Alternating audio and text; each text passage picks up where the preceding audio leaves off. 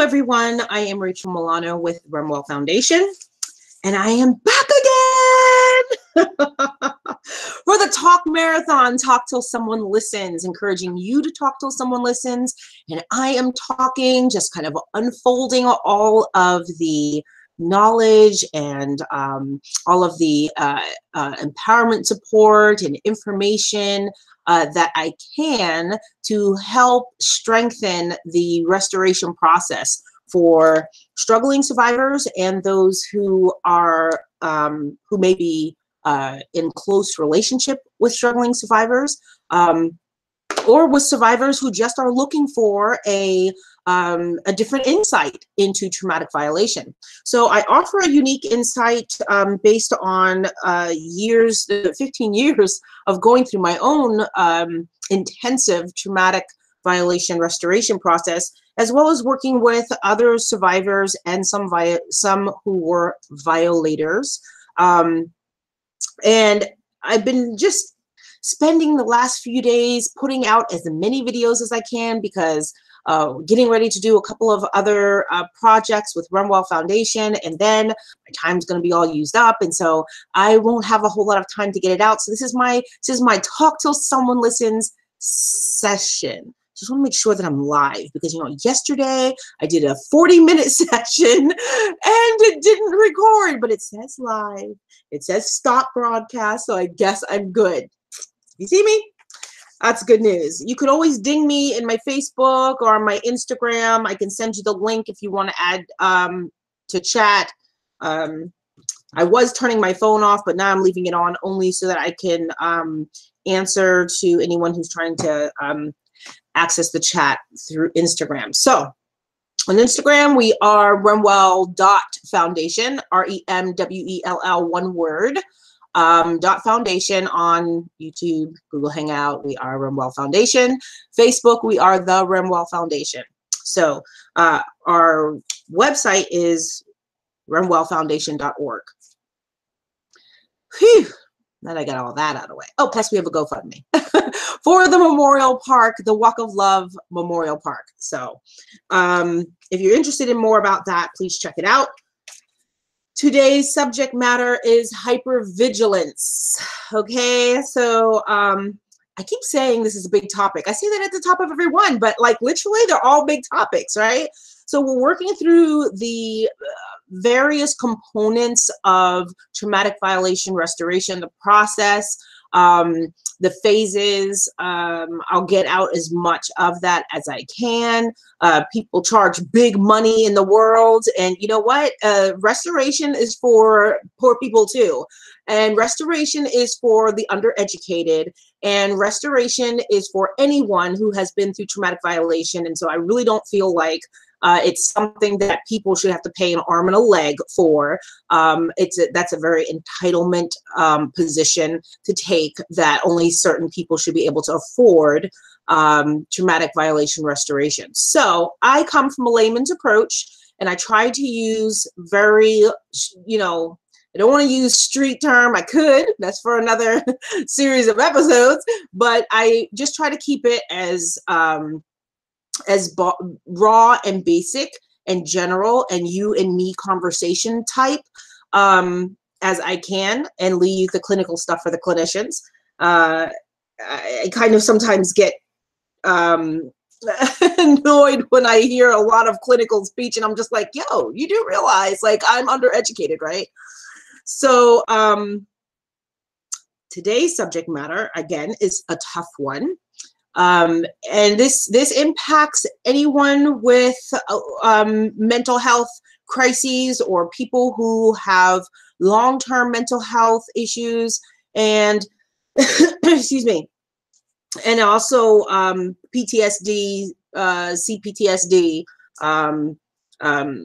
Those are clinical terms, but tags sometimes help us qualify what we're dealing with. We were talking before about categorization and or norms and subnorms and microcosms of norms, and I talked about that in what the F is normal, right? So we'll go a little bit deeper now into a specific norm for some traumatic violation survivors who experience hypervigilance. And I'm one of those, right? So I'm one of those who experienced that. And it has posed a danger in my room. It has posed a danger in my house, right? When you have experienced, and this is similar for people who have endured, remember I talked about how people who go to war we have similar, some of our traumatic violation responses or responsibilities are very similar. They overlap a lot because that's a specific type of trauma to the brain that is shared by other traumas. So with hypervigilance, it usually occurs when fight or flight has been, when you've had excess fight or flight in your life. So think of a spectrum, right? So you have fear on one side, you have love on the other side, and everything in between. Okay, giving you spectrums. You have positive on one side, you have negative on the other side, you have everything in between, right? You have black on one side, you have white on the other side, and you have everything in between, right? So spectrum, okay? So let's think of hypervigilance on one side and deer in headlights on the other side, okay? So hypervigilance triggers your fight or flight. Okay. And then the other side is like deer caught in headlights. You're like, I can do nothing. Like, I can't respond. Like, I found myself not able, like paralyzed, right? So fight or flight and hypervigilance way over here, and paralysis or stillness or like frozen in this in the midst of time on this side. Okay. And then you have everything in between, right? So somewhere in the middle is where the 2/3 function best, okay? And I talk about us being the 1/3, traumatic violation survivors being in the 1/3 category, and the rest of the population being in the 2/3 category, okay? So when you have hypervigilance over here, you have two different types of hypervigilance. Say it many times, it just becomes a tongue twister, right? You have two different types of hypervigilance. You have the type that has fight or flight, okay? Hypervigilance, the meaning of hypervigilance means, and again, I refer to women, one, because I'm a woman, and two, because our hormones are very sensitive to the different hormonal responses that are associated with traumatic violation. So I use that because we just have a heightened sensitivity with some things. Like our taste buds and our smell, our sense of those things, our sense is heightened. So hypervigilance over here, okay? So the true nature of hypervigilance is to it's not paranoia, because paranoia is a different thing altogether, but true hypervigilance means that your sensory perception, the things that you know, they say you have 5 senses, you actually have 7. I get into that in another subject. Okay, another subject matter. 7 senses. Of your 7 senses, the sense of discernment is one of those. We're not taught about that, but we're not taught about a lot of things, okay? But you do have a sense of discernment, okay? This is your intuition, your sense of what is happening when you read the energy or you sense the energy of a presence, of a person's behavior, a person's, it's not always right because it's a sense, right? A sense is not a guaranteed accuracy, it's a sense, right? Like your sense of smell is unique. Someone else can smell the same thing and they pick up notes of this and notes of that and notes of this. Someone else can, their senses, their taste senses could pick up flavor of this and a flavor of that. And you just be like, I didn't taste none of that. Is that what you smell? Is that what you see? Okay, these are all senses. So it's not an exact, it is not a surefire thing, but it is a sense, an idea, a perception of, right? It's part of your perception, your sensory perception, okay? So as a result, of this heightened sense, right? The more exposure you have to the fight or flight, to needing to engage, fight or flight, engage, meaning it's triggered and it's turned on. The more you turn that switch, the more it's used, of course, the more you are going to go to it. It's going to be your go-to response, right? If you always look for the exit and you identify it all the time, and you're always, you see where the exits are, they always tell you find the exits. You go on a plane, right? If you're a frequent flyer, you know exactly where the exits are. In fact, they start talking and telling you all the things, and your mind is like somewhere else because you heard it so many times, and like you could read it, you could do it, you could go up there and do it yourself, right? Because you have identified and established where those places are.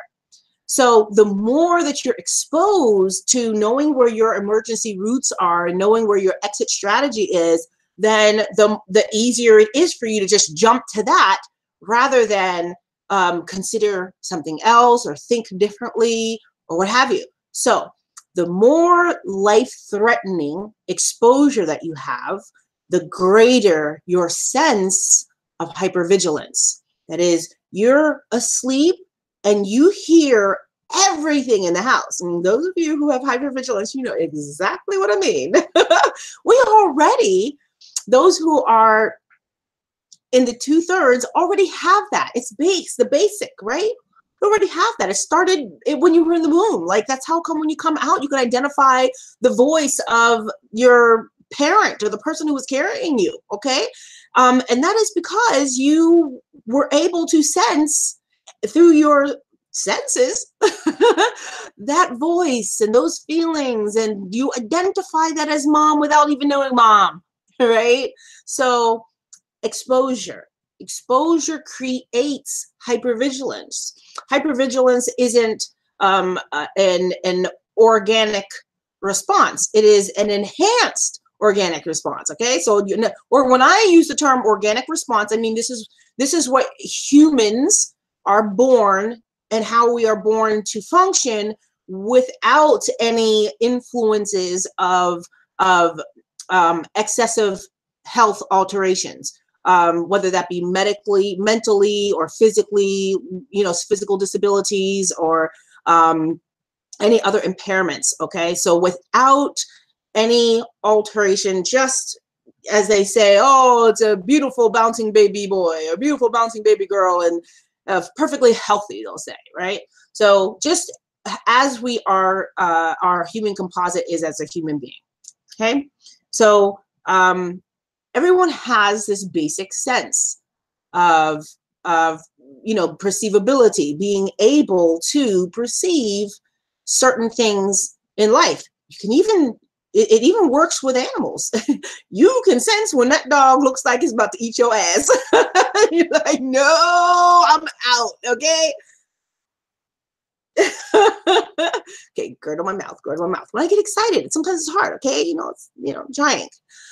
So when you have had this intense exposure to life-threatening circumstances, and anything that is a traumatic violation has caused a threat of life, okay? A threat of your ability to sustain as you should have sustained without violation, okay?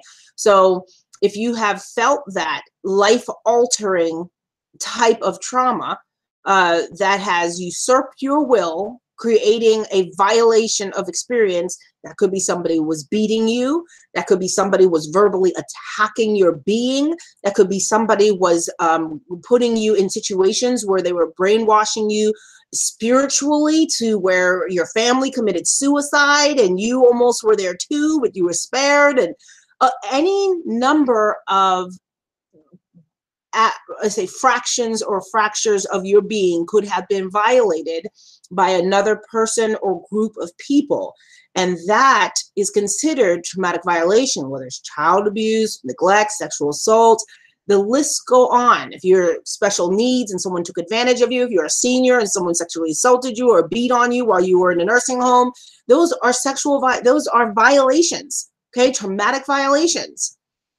So when we go back and we talk about hypervigilance and there being fight or flight, that is, the more you were exposed to it, the more that's your go-to response. So when something out here triggers you, that triggers that correlation between the traumatic violation and or violations, because it could have been a series of the same thing or a series of various things. When it triggers that and your brain defaults to associating what's currently happening with what was like what happened, it may understand that it's not the same thing, but the body has a response, a built-in response, because it used it so frequently. It's like when you learn how to empty a gun, empty a rifle when you're in the field, and how to do it almost subconsciously without really thinking about it, or how you may learn judo, or how you may learn boxing, and you're exposed to circumstances and you just flinch to it. Your impulse response, it's near involuntary. It's almost like your involuntary response. Just somebody taps you on your knee and your knee flinches, right? You don't even have to think about it. Like your brain begins to incorporate it into your, okay, this is very important, incorporate it into your natural response mechanism. Okay, so that natural response, it becomes one of those things that it's a go-to. Okay, so you hear more. You can hear everything in the house when you're sleeping. You know the sound of the refrigerator, you know the sound of the furnace, you know the sound of the stairs when they creak, you know the sound, and you know exactly which step it is. This is hypervigilance. This is the difference between, you know, being aware of things when you're asleep and being hypervigilant. This is not paranoia, not the same, okay? They may sound similar, but they are not the same. You are hyper aware, okay? The average person is aware. You are hyper aware. You know down to the micro sound, down to the aroma of the house. At any given time, should any of those things change, should one thing change, you're awake. That's hypervigilance. You rarely get that deep of sleep that you don't know what's happening. You know how some people go to sleep and they're like, woo, I don't even remember falling asleep. Like, I have to take Benadryl to have that experience. And I'm not sick, right? I don't have colds or sinus infection or allergies, although right now I do have allergies, but I didn't take Benadryl for that. Take Claritin for that. Anyways, so when you're asleep, you're ultra sensitive, like you hear it all. So I'm going to just go over some personal things that a lot of people are ashamed to talk about. And I'm not ashamed to talk about it because, you know, I'm past that. I don't give flying flop what you think. So when the first negative experience that I had with hypervigilance as an adult, because I had a lot of hypervigilance as a child, but I did not, it wasn't a danger to someone else or to myself. But I did have a couple of encounters as an adult in which my hypervigilance, my being hypervigilant, posed a danger to myself and to the ones connected to me. Okay, so I'm going to go over a couple of those experiences in hopes that if you shared similar experiences, that you realize this is an aspect of your process that needs to be worked on. Because as you work on it and you empower yourself, it becomes less frequent and less intense. Everything about restoration is about minimization. Minimizing it to the point of it being completely dissolved if possible. But if it can't be, minimizing it to management, right? To good management, to manageability, right? So the first story that I'll tell, I had just had my son, my little son Noah, my baby boy, my baby boy, in college now, so proud of him. Anyways, so my baby boy, he was just born. Decatur where it's supposed to be great. In Georgia, he was born. And I think he was about, he couldn't have been more than like 2 months or 3 months old. In any event, the house that we were living in was an old home, and it didn't have locks on the doors. And so it was a good neighborhood though. So it wasn't like, you had to be extra concerned. Like people even bragged about, oh, nobody even locks their doors here. We leave our garages open. Like it was not common to me, but it was a thing that people did. Nobody really had concerns like that. So I, however, could not handle that. Like that was just not healthy for me. I was, my husband at the time worked night shift. So here I was, a traumatic violation, hypervigilant woman with my 4th baby. Okay. This was my 4th child and a newborn baby in the house alone. I had already grown a habit of sleeping with the lights on. See all these lights in here? They be on all day, all night. Yes, the Marva pimps my ass, okay? But I pay the price because I'm not quite there yet where I can have all the lights off at night. So, see, I show you my weaknesses. So the lights were on in the house. They were on all over. They were on all over the house. And my traditional belief is that, I am the first line of defense. And I'm sure some of you feel that way too. If something happens and someone comes in the house and you have your children there, like you're going to have to come through me first, right? So here we have this aspect of fight or flight, right? Where if something comes out of the norm, you are already, like your brain already created what would happen should somebody come through that door. Like most people need to like figure it out when it happens and just like, oh, I've never been in this situation, I wouldn't know what to do. Like, no. We know exactly what we're going to do. We are going to slaughter you. I'm laughing, but that shit ain't funny. Okay, so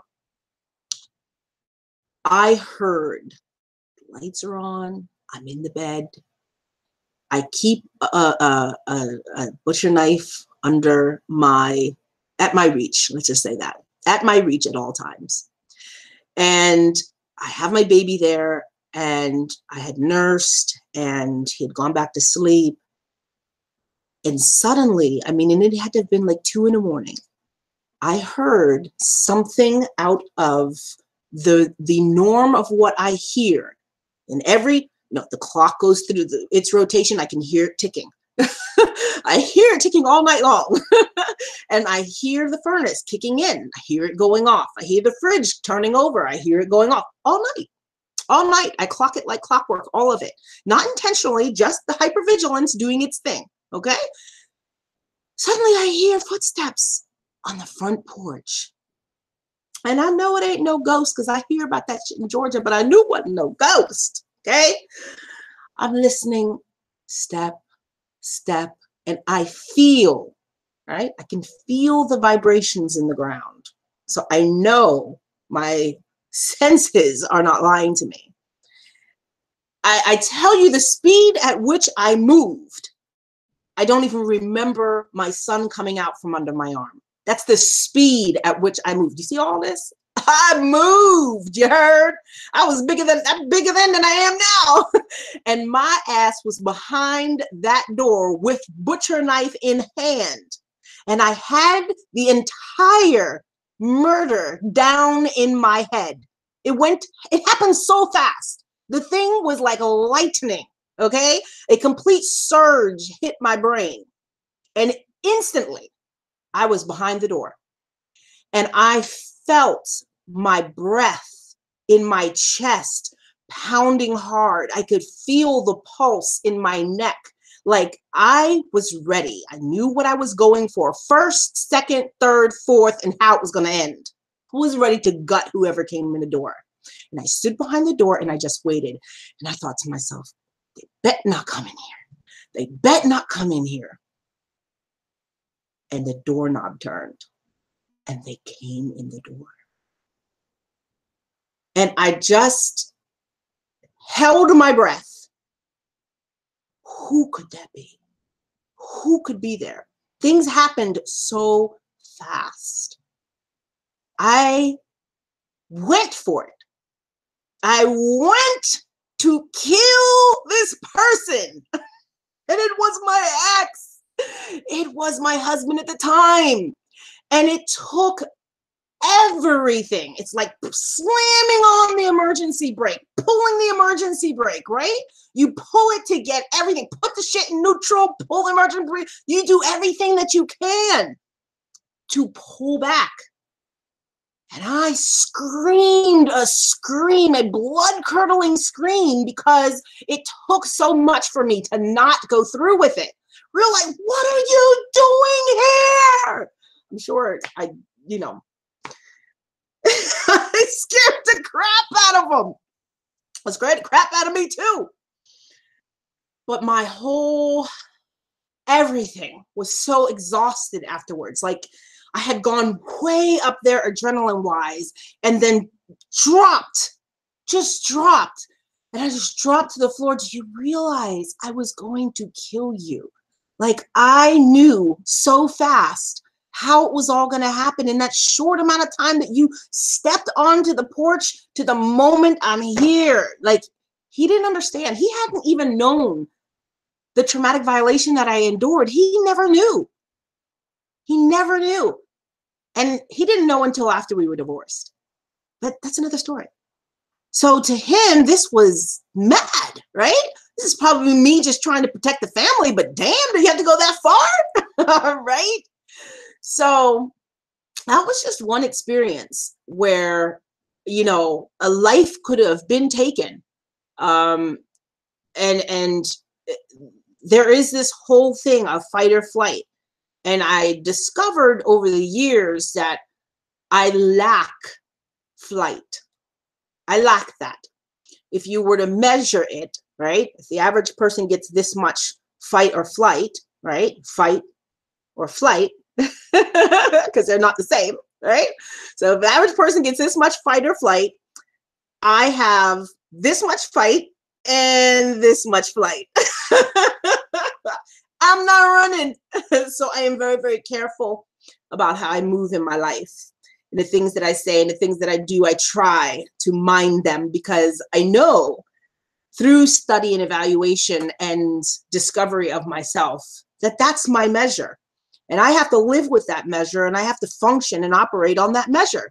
So it's very important for me to pay attention to the fact that, yes, there is fight or flight over here, but what is your measure of each, right? They're not the same, and you don't keep the same all the time. Can you enhance one? Yes. You know how I can enhance my, my flight? See, flight is good for when you need to run away, and fight is good for when you can't, right?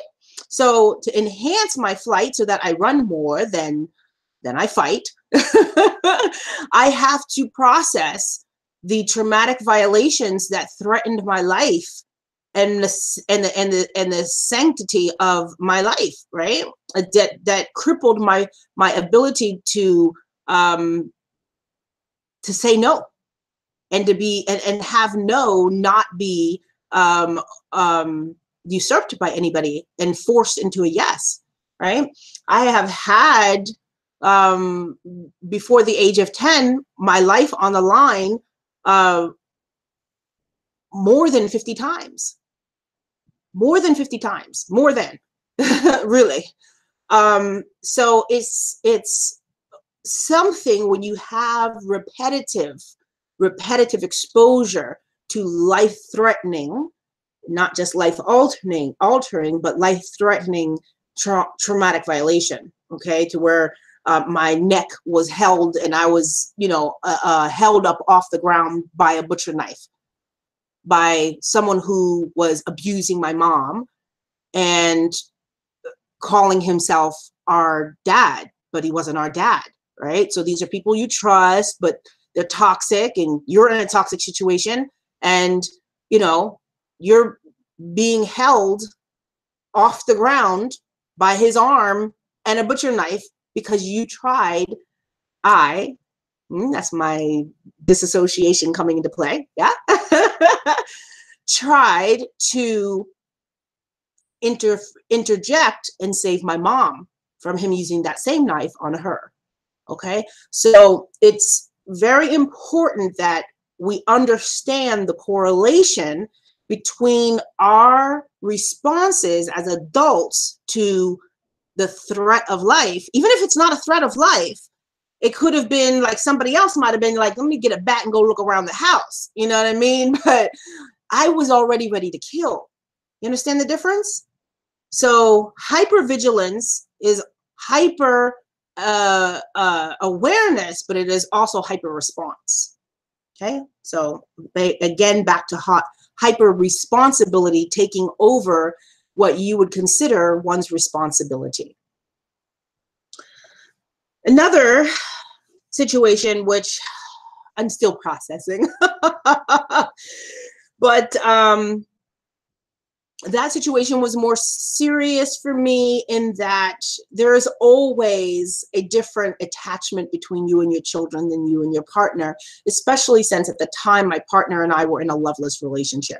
So there was a different, even though I cared about him and I didn't, want to hurt him, I was, when I didn't hurt him, it didn't hurt as much as it hurt when I realized I almost killed my son. So, and this was just actually like 4 or 5 years ago. So not long, right? So even though I'm in my process, these are things that the brain, right, the function in here is still working on. There's a mother load when you have gone through a lot. There's just no way to do it all at one time. There's just not. So you have to give yourself the grace and mercy and realize that, I haven't dealt with this one yet, but I've come a mighty long way. I've come a mighty long way. And you tap yourself on the back and you say, you know what? If nobody else, if people still think you fucked up, that's okay. I've come a mighty long way. The shit was deep, but it ain't as deep. I can see my knees from here. I couldn't see past. Well, okay. So there was a night, 2012, 13, 15. Oh, 2014. Right? It was the night 2014. And again, single mom at the time. Even though I was married the other time, I was practically single. And at this time, I was single and my children were older. This is my teenage son at the time, who is now an adult, and he's great. He's fabulous. And he actually, which we'll talk about in another subject about touch, he was actually the son that helped me process touch. Anyway, he had a very, I don't know if you would consider it unusual habit or need, or maybe just a nurturing thing for him, where he would look at me while I slept, like check in on me kind of thing. And I tried to teach him not to do that because I knew for me that I'm hypervigilant. Like I knew how bad it could be. And at the same time, I couldn't surrender my need to be the first line of defense. And I always taught my children, if anything happens, my strongest sons know what to do. My strongest sons leave the house. They don't stay home. Okay, I go into self-defense and all that kind of stuff later. But my strongest sons do what they need to do to go and get help. And then the rest of us, who they were going to get anyway, we are the first lines of defense. So they get me first. See, I had 5 and I was out there on my own. So if you get to my girls, it's only because you killed me. Okay, but my boys will make sure they have the strength and the endurance and the stamina to make sure that help comes and gets your ass. Okay, so method to the madness. Yeah. In any event, here I was, single mom in the house. I could not relinquish the need to be that first line of defense. So I always positioned myself. If my bedroom was too far away, I slept on the couch. Sure did for years, wherever the front and the back door was, somewhere in between. So you all criminals out there who might be paying attention, be careful whose house you walk up into. Because if she's hypervigilant, you're not gonna make it. I don't care how small she is. Passion and endurance will handle your ass, okay? And because I knew he had this need to look in on me, I tried to keep that in mind and add it to my equation of refrigerator, clock, maybe Elijah, maybe my son, right? Had to add that into the equation. Think, maybe he's going to come and look on me. So I have to be mindful. Sometimes in the processing of that, and you're adding something to the new equation of things, right? You're adding something into the already established formula. This was a new house. This is a new place. So the one thing that I had not considered was that because I had not programmed all the sounds in the house yet, because it was new, I had not been able to add him to the process because I was in the throes of trying to add the rest to the sensory perception. I was still, what is that? What's that? What's that? What's that? What's that? Wondering, what's that? Okay, what's that? Oh, okay, it's this. Oh, okay, that's the neighbor. Oh, okay, that's this. Oh, okay, that's that. You know, you're going through the whole checklist all night long and you're just not sleeping well, right? And then one day, I hadn't even heard him. Had not heard him. And that was part of the problem. Usually when I hear him coming, I say, that's Elijah, right? I already programmed in my head, oh, that's him, okay? But I hadn't been able to do that. There wasn't time and I didn't hear him, which threw off my alarm that it was him. But I sensed someone there. I sensed it in my sleep. I could feel, and then I could hear a breath. And I immediately woke up, hand on my device. And that surge, I'm trying to tell you about this cringing electrical pulse that runs through your mind. If you have ever touched something and gotten like a little electrical shock, that's what happened to your brain. Like there's this electrical just wants to you know that game that you play, and if your little tweezer touches the thing, operation, and you touch it, like that is what it is like to wake up hypervigilant, in the throes of hypervigilance. You're just like, and you're trying to bring your let's calculate what's in front of our face with fighting and arm wrestling. What you need to be doing right now is slaying this person. It's like the both of them are simultaneously happening at the same time. Like you want to be able to look at the situation and establish and assess the situation, but the other part of you wants, like, there's no time for assessment. We just need to do this thing. That was so traumatic for me because he's my son. And you never want to think that you could endanger the life of your child, even by mistake, even by accident. I mean, there's no ill intention on his part, right? He's just a boy doing what he cares for his mama, right? But in your brain, and I just shouted at him. I shouted at him in a way I know only later he will understand. You cannot do that to me, son.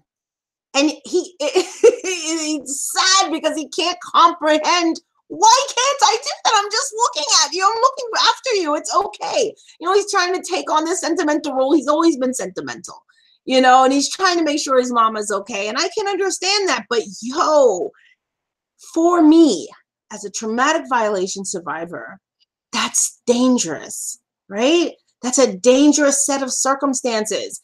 And it takes such an incredible amount of exhaustible energy to withhold the impulse to fight, especially when you have limited flight. So you're pulling from that small little reserve of flight that you have to pull back on this situation.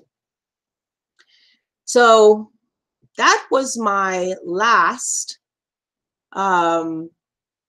dangerous experience with hypervigilance.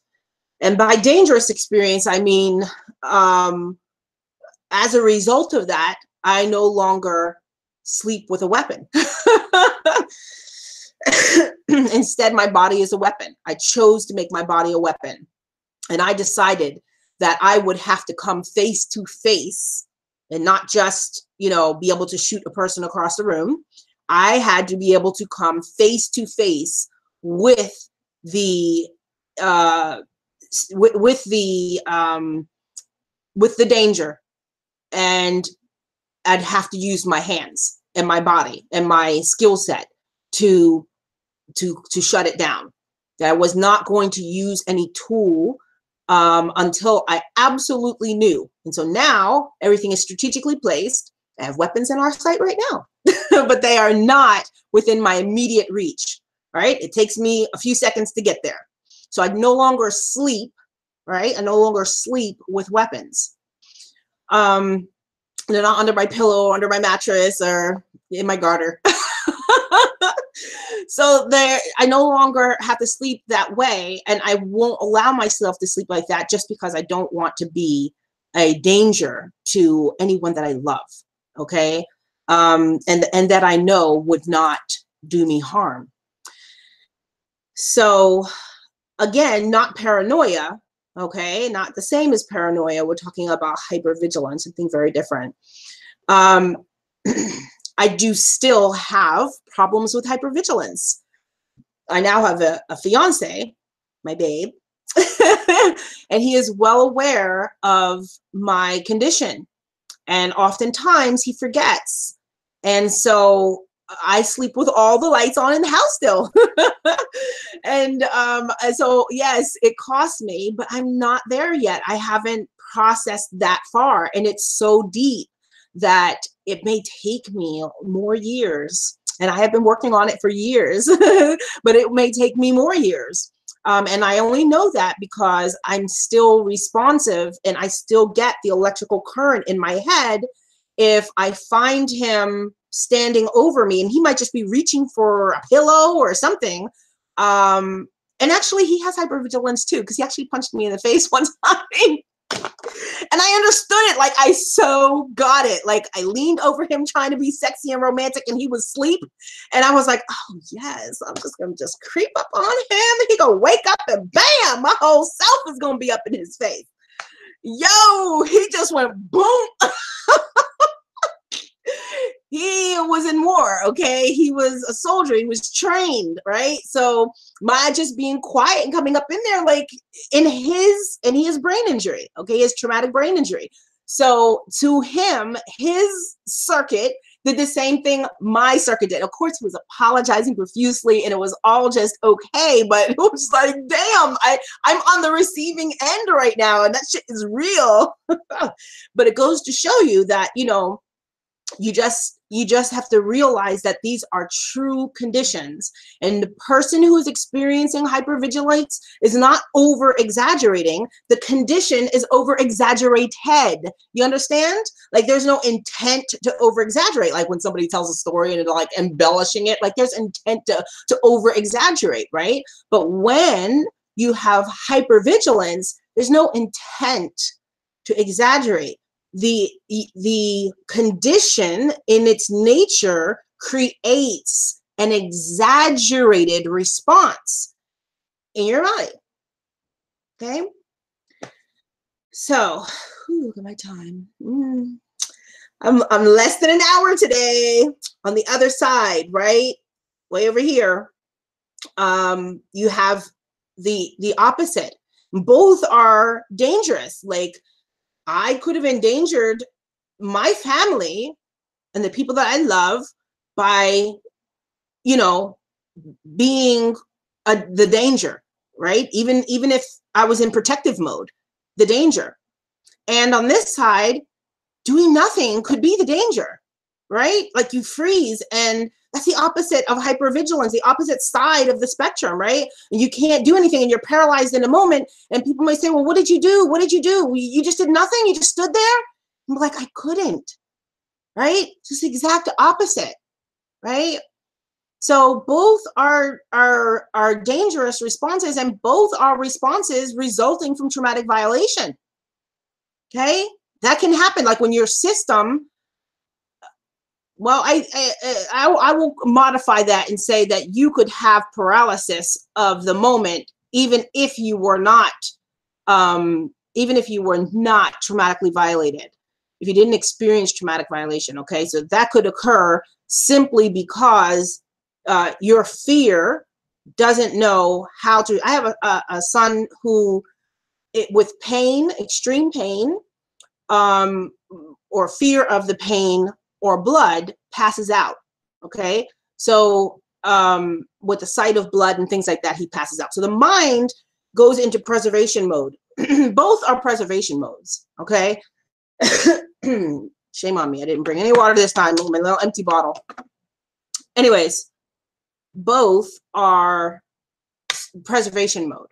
Okay, both are trying to preserve your life or the life of others. Both are in that mode. Okay, and when you're so afraid, your system doesn't know how to respond, doesn't respond fight, and it doesn't respond flight. It just stays neutral and freezes up. It's like when the automatic semi-automatic transmission freezes up, and you know, it just, the engine freezes and you can't go anywhere, can't do anything, right?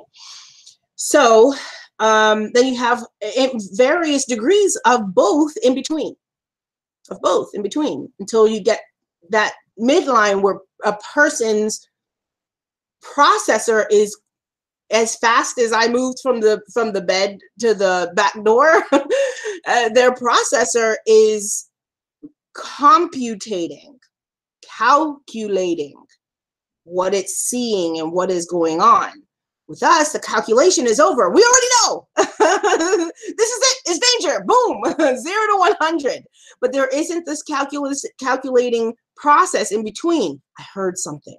I wonder what that is. And I'm imagining, because I don't do this.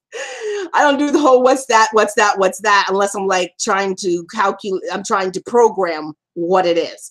But as far as like once the danger is present, the calculation process is over. I've already established it's danger. Boom. That's it. Respond. So that's why you can find some people who will be like totally like this right now, and the moment somebody responds a certain way, they are in a brawl, and you like, yo, that is so not them. Like, yeah, because you never raised or triggered created a reason for that part of them to be engaged. But once it is engaged, and you're like, yo, I didn't know the car could do this. And I was like, yeah, I didn't know she could be like that. So you have to learn about yourself. Okay, knowledge of self is your greatest tool. You are your greatest tool. The solutions reside inside of you. You got to sharpen those tools. I'm just going to read a couple of things, two things. No one believes it until they understand it. Until then, it's like the devil or magic or fantasy or imagination or over exaggerations or this, that, or another. No one believes it until they understand it. Okay. Once you understand it, then you can believe it. Right? Like, I didn't know really what it was like to be in my son's shoes until my fiance punched me in the face, or to be in my ex's shoes until my fiance punched me in the face, and just like, oh, this is what it feels like, yo. So that applies really to every aspect of traumatic violation, is that the people connected to you just will have a hard time believing it until they can understand it. Okay. And until then, it's just whatever that they can tag it or label it. And so you do what I'm doing with you, is to talk about it, and talk until they listen and understand, right? Not just hear you, but listen and understand, yo, this is what's happening inside of me. Like, this is, and hopefully if you couldn't explain it, like the words that I'm using and the stories that I'm sharing, like maybe those things will help them, or let them watch this video so that they can get a better understanding, some more deeper insight of what that's like to be hypervigilant, right? And as you work through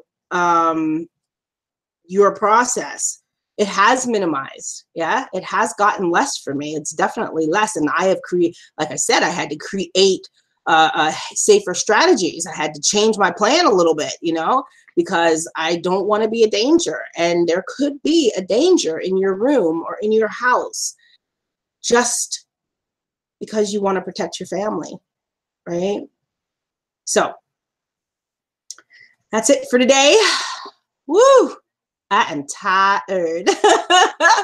But it's a talk marathon, so I'm going to talk every day until someone listens, and hopefully you tag somebody who might need it, or share it with somebody, or you know, this is, I'm giving this out freely because I really believe that restoration is for everyone. And if what I offer isn't enough, and it won't be, trust me, build a network of support for yourself, right? Start getting on the road to restoration if you haven't been, or if you haven't really committed, or you half-ass committed, you know, really dedicate to it, because us being healthier encourages and nurtures a healthier society and a healthier economy. And, you know, we want everything to be better and improved and enriched in life, but it really starts with each one of us being accountable, embracing, accepting what our shortcomings are and what our conditions are, and being truthful and honest, and not giving a flying fluck what other people say about your conditions. It's about you being the best version of you. None of those people are investing in your freaking life. None of them. Anybody who has anything to say can't fucking help you, okay? Listen to the people who are endorsing your wellness. If they're not doing that, zap that crap in your mind. Just dispose of it, right? You're not available for that. All right, love and light. And choose healthier options, right? You can find them. If you don't know where they are, find, do some work and find them, but choose healthier options, the smallest ones. Start with the smallest ones. Work your way up, work your way up, work you up to, you know, bigger diets, larger meals, more meat. So take good care. All right. Till next time.